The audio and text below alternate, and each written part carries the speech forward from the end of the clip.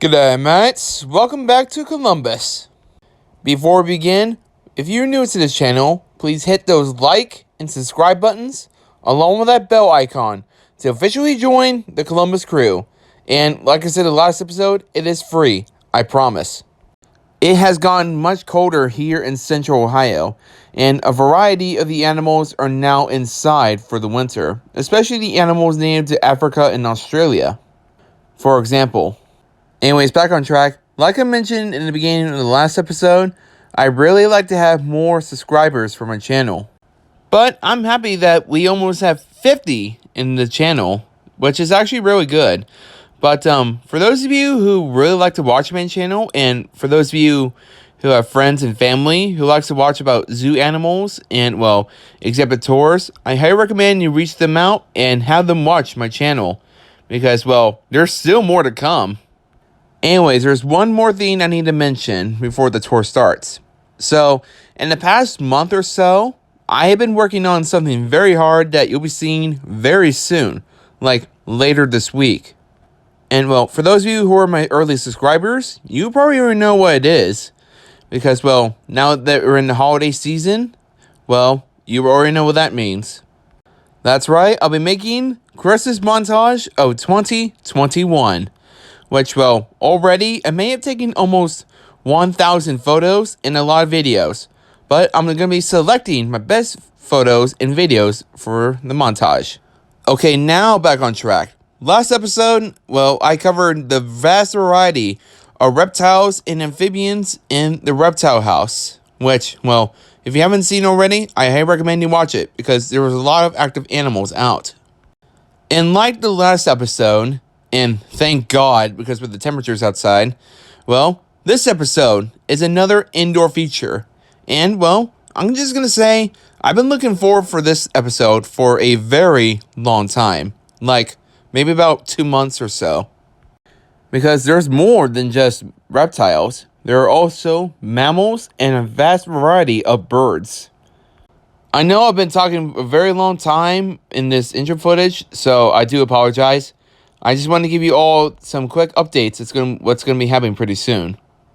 But anyway, that's all the intro footage I have. I promise. But anyway, it's now time. Because, ladies and gentlemen, today, we are going dark. Inside the Roadhouse. Yes, so we're finally back in Australia and the islands to cover part 2. And, well, something I should have featured back earlier in the fall. But, well, I kind of wanted to wait for this for the colder weather to show up, so I can do all the inside buildings and stuff. But anyways, the Roadhouse here in Australia and the islands opened in 2003 and has been known to be the Australian and Indonesian themed nocturnal house. But also, like I mentioned, there are more than just nocturnal animals in this building. And actually, believe it or not, but this episode I have found at least 3 new species in my book of animal species. What makes this building more special is that, well, this building is dedicated to Steve Irwin, the champion of wildlife himself. Well, that's finally everything I need to cover. So, without further ado, let our jungle night hike begin. Like I mentioned in episode 4, which is the Australian Islands video, the Roadhouse is located in Australia and the islands, which is near the furthest part of the zoo. But anyway, open these doors, you're in your first stop, the Australian Diner, which, well, you probably already tell, everything in this room is all you need to know about Australia. And well, in the center of the room, before the pandemic, there were 3 terrariums for 3 small creatures. One for the previously mentioned green tree python, and the other 2 for, well, spiny leaf insects, and, well, the much larger jungle nymphs, which, well, it is absolutely enormous. Now let the real fun begin. And just a little heads up, it was really hard to make this project, like, filming wise. And, well, I had to turn my brightness all the way up for my camera, which I'm pretty sure some of you will understand. But anyway, we're finally in the room. But first, look over this railing. You might find the statue of a duck-billed platypus. Even though the platypus statue is not real, at least there's an enclosure next door for some real animals. The first enclosure, well, obviously it's for 2 species of bird. One in the trees and one for the ground. Well, you probably already tell, you found one of the species of birds. First up in the trees is the Tawny Frogmouth. And well, I heard many people of saying this, but this bird does almost resemble an owl, but really it's not. This is not an owl, even though it looks like one. But this frogmouth seems to be, well, a little attractive to my camera, which will happen again later, because I need to mention the other species of bird in this enclosure, my favorite of the two. Look on the ground for the North Island brown kiwi. For some of you who do not know what this bird is, well, you came to the right guy. Because, well, I know a thing or two about this bird. But, well, you may know one thing. It looks like it has fur, even though I really don't have much close-up shots. But anyway, so yes, some people do think it has fur, but it's not. Well, like most birds, it has feathers. Really some kind of special feather, though, I must say. And, well, you've probably already seen, it has a very long beak. And, well, that's specifically made for something. Well, because mostly it eats small insects, it uses that long beak to obviously dig into the ground, look for a few species of insects and worms. In terms of zoos, consider yourself lucky if you come here and see the kiwi. Because, well, even though this is the only zoo I've seen with a kiwi, well, the other zoo I know has a kiwi is the Bronx. So, I recommend you come to the Roadhouse to see the flightless brown kiwi. Right at the other side of the kiwis and frogmouths is a much larger exhibit. But believe it or not, this is actually the kiwis' first home when they came here a little more than 10 years ago. But as right now, they've been a little bit renovated. And well, at this time, they were actually doing a little renovation. But don't worry, the animal in here now is still here. Anyway, this is home for the southern hairy-nosed wombat. But which one is this? Well, this is the one and only Glenn, the famous Columbus Zoo wombat everyone has been hearing about. Yes, he's still in here, even though they're still doing a little bit of renovation. But anyway, Glenn has been doing very well here in Columbus since he came here in 2014. And well, here's his story how he got here to Columbus. First up, his birth. Well, he was born at the Brookfield Zoo in 2013. And obviously come here to Columbus in 2014, like I just mentioned. And well, when the zoo first got Glenn, they were really excited to display him. Because, well, before Glenn came here in 2014, it took Columbus over 12 years. Yes, 12 years to obtain the wombat. Which, I get it. Because, well, no Australian-themed area is not complete without a wombat. Anyways, if you come here, you will most likely see him sleeping, but other days, like on the day I was filming, you might see him either feeding or wandering around his exhibit. Here's another few things about wombats. Southern hairy-nosed wombats displayed in America are very few in zoos. As far as I know, Columbus is the 5th place outside of Australia to display a wombat. And might as well displaying, well, one of the world's largest burrowing animals here in Columbus. And, well, as much as I like to talk to him, like Glenn is doing, we should be moving on. Because there are still a few more pretty good stars I need to touch up in here in the Roadhouse. Especially some cute and, well, unseen animals people may not have heard of. I usually see people miss an exhibit or two in here because, well, these small exhibits in here are relatively small, like I just mentioned. Anyway, the first tree exhibit near the wombat in the Kiwis and the next animal we're about to see, well, this is home to a pair of Halmahera geckos. And yes, for some of you, well, you think, wait, does he not know how to pronounce it? Well, like I mentioned in Reptile House, that was the very first time how to pronounce the species. But anyway, these geckos, like the frogs back in the last episode, love attention. Like this gecko that, well, clearly wanted to be on camera, which luckily this gecko got his wish. Right across from the geckos is the next exhibit, which throughout time displayed some small predators. Before the animal we have now, this exhibit was home to fishing cats, which they successfully bred. But also in here, my personal favorite, these have clouded leopards in here.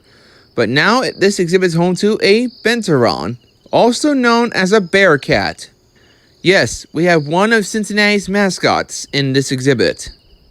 And well, its size, it actually makes it perfect for this exhibit. Because, well, even though it probably weighs, I'm going to guess, somewhere 50 to 60 pounds. That's roughly the size of the clouded leopard that I just mentioned. But I've been hearing some people think, like, is it related to a bear or a cat? But believe it or not, the Binturong, or Bearcat, whatever you want to call it, it is actually not related to bears or cats. They are in the same family as genets, civets, fusas, and mongooses. And continuing the theme of this strange animal, this creature has the tail of a monkey, as you can kind of see. One of a few animals on the right side of the planet, aka the Eastern Hemisphere, with a prehensile tail, which is act as a fifth limb to help them climb. Even though I do miss seeing the clouded leopards and the fishing cats in this exhibit, I actually do not mind seeing a bearcat in this exhibit. Because, well, as far as I know, the Columbus Zoo is home to one individual, I believe. Because, well, I hardly look at the bearcats as often. Because, well, here's one reason that you'll be seen in a moment. But anyway, the luckiest thing I ever got with a bearcat, well, kind of like with the Wombat and, well, really like the Kiwi, I also got a up-close footage of the bearcat coming up close to the glass. Something you rarely ever see.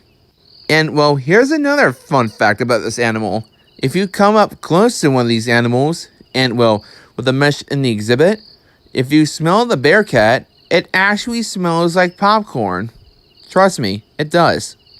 But anyway, I usually see people skip this exhibit, and, well, unlike my situation, but later when I came back to the bearcat exhibit, here's the reason why people usually skip this exhibit. Because like the clouded leopard and the fishing cats that I mentioned, well, it usually sleeps on top of this perch rock. Moving on, but not too fairly far, to, well, another similar size exhibit as the Kiwi that we saw earlier. But unlike the first exhibit that we saw, which, well, it had two species of birds, this time, this exhibit is home to one species of bird and one small species of mammal, a marsupial, as I like to call it. Anyway, look up in the trees again for the Tawny Frogmouth. And like the first exhibit, these two were kind of keeping an eye on me, even though I was just filming my camera and I wasn't going to do anything. But unfortunately, I cannot find their roommate, which is the small marsupial, brush-tailed baton, also known as a roily. Which sucks, because I wanted to capture this animal on camera. But thankfully, the next animal will make up for their absence. Because this has to be my favorite animal in the Roadhouse, and rightfully should be. Here is a open-topped exhibit, which always displays the same species. And will look in the tree for the Matschie's tree kangaroo, my favorite species in the Roadhouse. The zoo is currently home to one male, which, well, is called Corey. But anyway, well, even though the Amur tiger is my favorite animal of all time, the Matschie's tree kangaroo is my favorite of the marsupials, aka pouch mammals, if that makes sense. But anyway, here's a few more facts about this cool looking marsupial. Matschie's tree kangaroos lives in the cloud mountainous forests of Papua New Guinea at elevations as high as 14,000 feet. That's almost as high as the snow leopard's elevation in the Himalayan mountains in Central Asia. Now here's a funny story that's involved with the tree kangaroo. So this was back in July of 2020, right after Cora the red panda escaped. I was scheduled to be crowd control for the Roadhouse to, well, keep the low numbers in the Roadhouse low because of the COVID situations. And while I was on my shift, the film crew for Secrets of the Zoo arrived to film Corey and a female tree kangaroo we received for introduction and hopefully for a breeding program.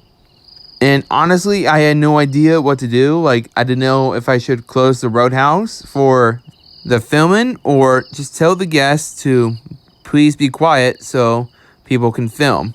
Well, the second situation was, well, how it ended up. Even though I do not know the results of what happened after that, well, as far as I know, I've been seeing Corey lately. And, well, hopefully one day we'll get another female tree kangaroo to help this declined species. Which, well, if that does happen, I really do want to see a baby tree kangaroo. Even though I would like to talk about them, we still got a few more stops to make before we head to the final section. And here is another small tree exhibit for another reptile. And, well, it is in the same family as the first reptile that, well, we covered in that other tree exhibit we saw earlier. Anyway, not doing much was a Guichenot's Crested Gecko, which I was a little surprised that it wasn't moving. But luckily, I came back later and, well, I saw that two of them were, well, on the move. At least a little bit slowly, but that's okay. At least I got this cool looking lizard on camera. And, well, for good reason. We just have 2 exhibits left in our night hike inside the Roadhouse before the next section. In this small exhibit, there have been many species that comes and goes. And, well, before the resident we have now, in another resident behind the scenes, we had a banded palm civet, which can now be found in the Nashville Zoo. And also in here was a dangerous tiger quoll that I really wish we still had. But anyway, you've probably already seen, look on the ground for the Indian crested porcupine. Porcupines of the New World, which includes the Western Hemisphere, which is North and South America, live in trees. Old World porcupines, like these, which is found in Africa and Asia, are ground dwellers. Even though they're on the ground, they still have a few defenses to defend themselves from a hungry predator. They can dig burrows over 40 feet long, and, well, their also main defense is their quills, which raises them up and charge the stabbing intruder. But anyway, their roommates, which is behind the scenes that I mentioned, is home for the Pygmy slow loris, which, due to COVID reasons, are behind the scenes. But hopefully we'll get to see him very soon. But anyway, back on the tour, at the other side of the porcupine is the last exhibit inside the night part of the Roadhouse. It first comes with another small tree exhibit, which that's connected to this part of the main exhibit. For, well, you already saw a small, tiny marsupial, like very tiny. It can fit on the palm of your hand. And be on the lookout, because they like to be on the move. They can either climb on the wall, as you can see right here, but on some other days, they can also climb on the glass, as you can see. But anyway, that small mammal is a feather-tailed glider. I've been really lucky to catch these small clips of the feather-tailed glider because, well, on some days, they're mostly on that tree that you see right behind this one. And, well, on other days, they are mostly, well, being very active and pretty much being all over the place. As the name suggests, they could be in the same family as the sugar glider. But, well, the cool thing I got to see is their feeding. As far as I know, the feather-tailed glider mostly eats nectar and pollen from flowers. And, well, I was also lucky to catch this feather-tailed glider playing with a toy, something I rarely see in any animal. If you want to see a feather-tailed glider, come to Columbus to see them, because as far as I know, Columbus is one of a few places in America to display them. And, well, what you probably saw in the porcupine habitat, you cannot use a flashlight or flash photography to take a picture, because, well, we don't want to hurt the animal's eyes, because, well, that's simply not cool.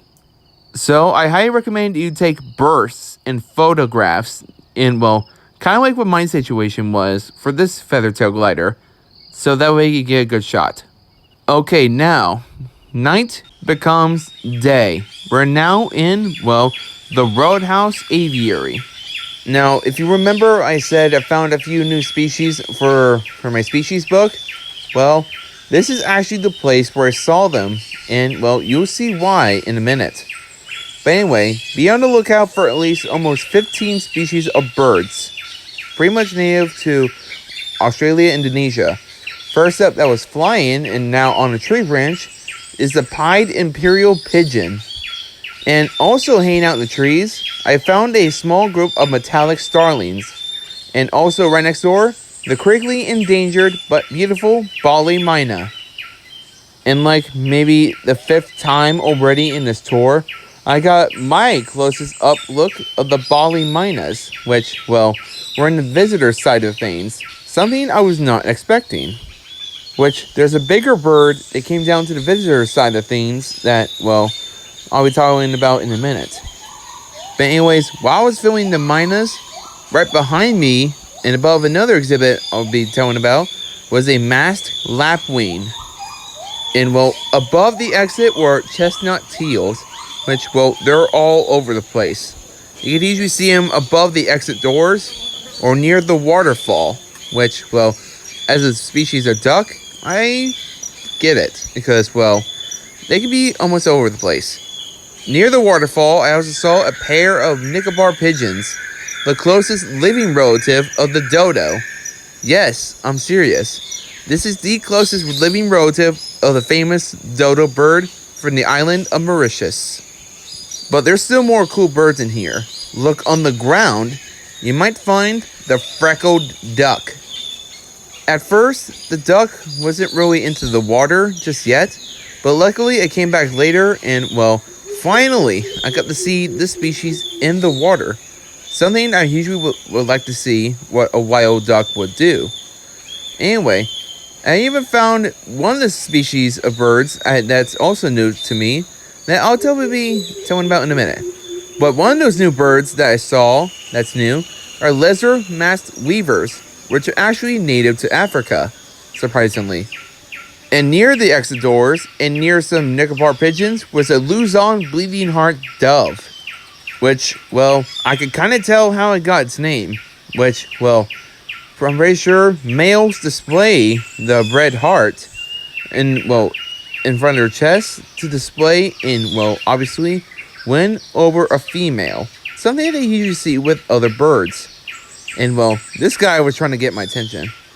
But anyway, look up in the trees again, I found a black-naped fruit dove. The first time I ever seen the species. Well, on film. But photo-wise, this is not my first time. While it's cool to see this cool-looking dove, well, there's another bird that I would also like to mention. And that bird is the Magpie Goose. For those of you who've been coming to the Columbus Zoo for a very long time, you may have noticed that, well, in the Asia Quest aviary, they're usually displayed. Well, they're displayed in Asia Quest for the summer months. And the Roadhouse for winter. But this Magpie Goose right here knows how to capture my attention. And as a matter of fact, this was the first time I ever heard a goose call up close. So, have a listen.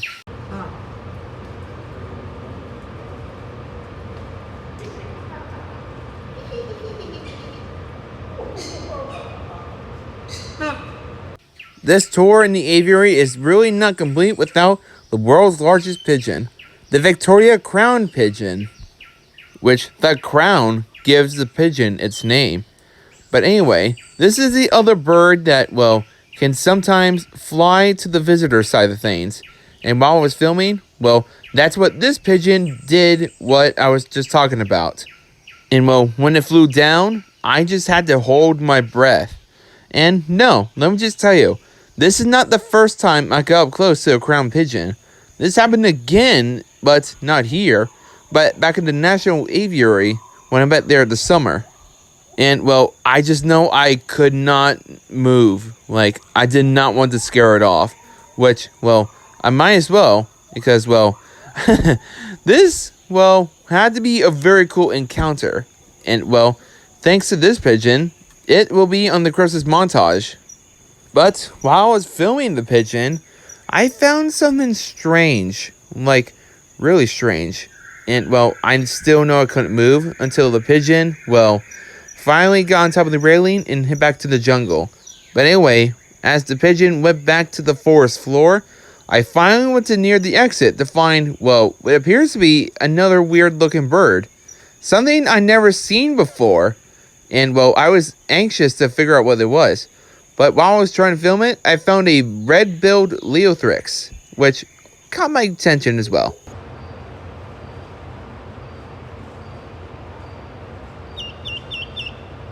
After that cute chirp, I had to go back to the main viewing deck, and it turns out this bird is a scar-faced Leochiqua.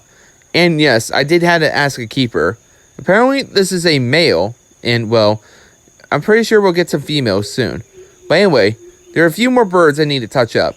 First up, the straw-necked ibis. Now, the third species of ibis I have covered for my channel. And well, finding another species of ibis here in the zoo, well, we'll see another species soon. But anyway, this is one cool looking ibis. It almost resembles the sacred ibis, but a little different. But anyway, my favorite bird inside the Roadhouse, which, well, finally, I got a good footage of it. But anyway, what you're looking at is the Eastern Rosella parrot.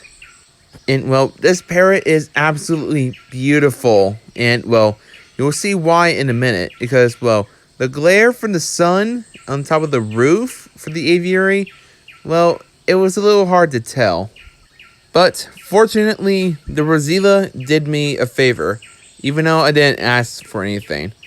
But anyway, literally, I was just about to leave and, well, go explore other parts of the zoo before I had to work. The Rosella flew and even got on a better perch for me to get a better look of this cool looking bird.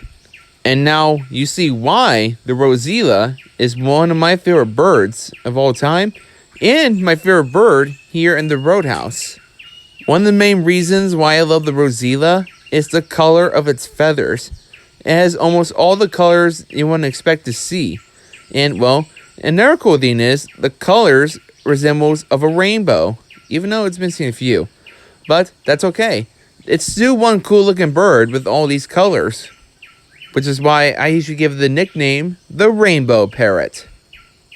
And well, here's another reason why I was very excited to film this bird. Because well, on most days when it comes to the Roadhouse, it's usually, well, further away from in the jungle and, well, hard to spot. But now I found it on that perch, I also found it later on that same day near the waterfall next to those Nicobar pigeons. But I am now really happy I finally caught the Rosella on camera before it disappeared into the jungle. But now we just have one more stop, I promise. Before the residents we have now in here, this used to be home to the Prevost squirrel, an Indian crested porcupine, but now we have laughing kookaburras, arguably Australia's most famous bird, and well, for one good reason. But now these days, this exhibit is usually home to two, and well, even though the glare was hard to see, well, luckily the kookaburras were moving around just a little to catch them both. And now here's how the laughing kookaburra got its name.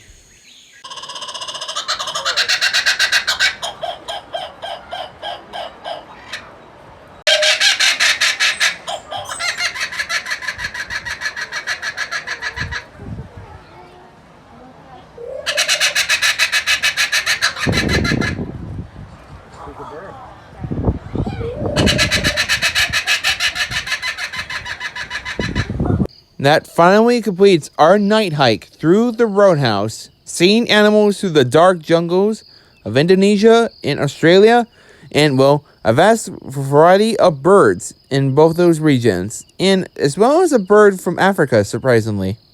But either way, this is a great place to, one, get out of the heat and get away from the cold from Ohio's temperatures, and well, encounter creatures that we may never see again, here at the Columbus Zoo or in America. So I highly encourage you to see the cool and bizarre creatures in the Roadhouse. But anyways, this is probably going to be the last episode of 2021. And well, even though Christmas is right around the corner, I still got a few things to do. But don't worry, there'll be more tours here at the Columbus Zoo and its sister park pretty soon. And well, the Christmas montage that I'll be working on will be out pretty soon. Well, stick tuned, because, well, it'll be worth a watch.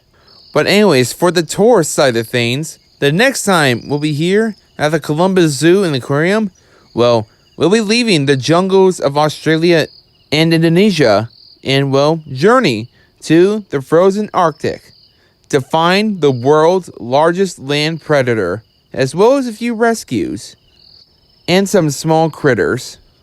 Otherwise, if you have folks that like to see about zoos and animal information, let them know and, well, have them take a look at my channel. Otherwise, so long everyone, and well, happy holidays, and well, I'll see you guys in the Arctic, and well, as always, thank you for watching.